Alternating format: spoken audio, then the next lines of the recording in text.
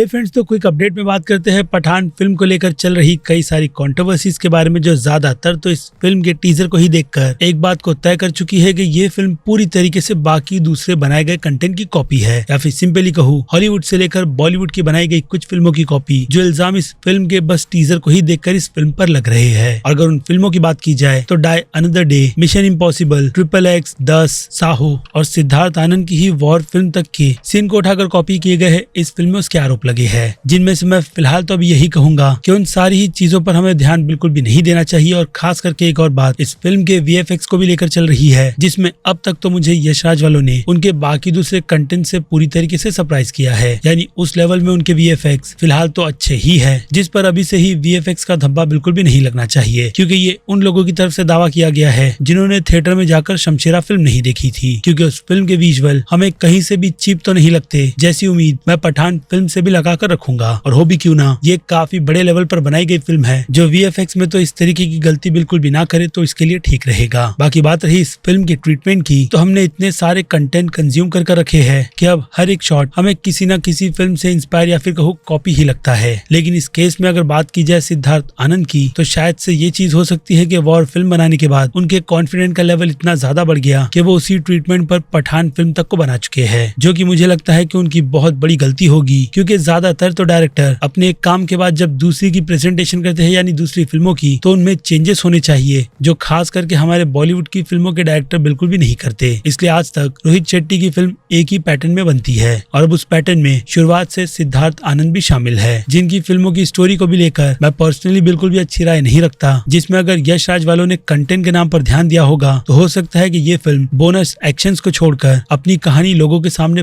बहुत ही ईमानदारी से प्रेजेंट करे, क्योंकि आफ्टर ऑल यश राज का बनाया गया ये स्पाई का यूनिवर्स अब अपनी एक अलग ही उड़ान पर है। और बात रही इस फिल्म को ट्रोल करने की, तो फिलहाल तो बाइकॉट गैंग और SRK से जलने वाले इस तरीके का ट्रेंड चलाएंगे, ताकि उन पर भी लोग ध्यान देकर डेफिनेटली उन्हें भी अच्छे खासे व्यूज दिला दे। और कभी ना कभी ये चीज काम भी करती है, या फिर कहूँ आज की तारीख में ज्यादातर तो काम करती है। और ऊपर से थिएटर के बढ़े हुए टिकट्स के रेट वैसी ऑडियंस के मन को पक्का कर देते हैं कि वो अपने पैसे ऐसी फिल्म पर तो थिएटर में जाकर ना लगाए। इसलिए बिजनेस के हिसाब से सभी लोगों को सोचने की जरूरत है, यानी पूरी फिल्म इंडस्ट्री को, कि वो अभी इस बदलते दौर में या फिर कहूँ OTT के दौर में ऑडियंस को थिएटर तक किस तरीके से खींच कर लेकर आएंगे। क्योंकि कंटेंट की कोई कमी नहीं, जिसमें बस कमी है तो शायद से थिएटर के प्राइस की, जिसके कम होने के बाद लोग गार्डन में कम और थिएटर में शायद से ज्यादा टाइम बिताए, जो एग्जाम्पल हमने नेशनल सिनेमा डे के दिन पर देखा है। और अब बात रही उन लोगों की जो मुझे कमेंट में इस बात का ताना मारेंगे कि मैं इस फिल्म को लेकर इतना सपोर्टिव क्यों हूँ, जबकि बाकी दूसरी फिल्मों के मामले में मैं ट्रेलर में ही अपनी राय लोगों के सामने रख देता हूँ। वेल, तो कुछ फिल्मों के ट्रेलर ऐसे होते हैं जिन्हें देखकर ये बात पता चल जाती है कि कंटेंट अच्छा है या घटिया, और कुछ ऐसे जो पहले से ही पॉजिटिविटी के साथ चलते हैं। और फिर आता है एक ऐसा कंफ्यूजिंग ट्रेलर, यानी ऐसे ट्रेलर्स जिसे लेकर हमारा मन ये नहीं कहता कि कंटेंट अच्छा है या फिर बुरा। और इस केस में तो पठान का बस एक टीजर ही निकल कर आया है, जिस बारे में अब बनती है आपकी राय, जो आप मुझे कमेंट में भी लिखकर बता सकते हैं। क्योंकि अब वक्त है इस वीडियो को यहीं पर खत्म करने का। बाकी मैं हूँ अजीज, मिलूंगा आपसे जल्द ही दूसरी किसी वीडियो में। Till then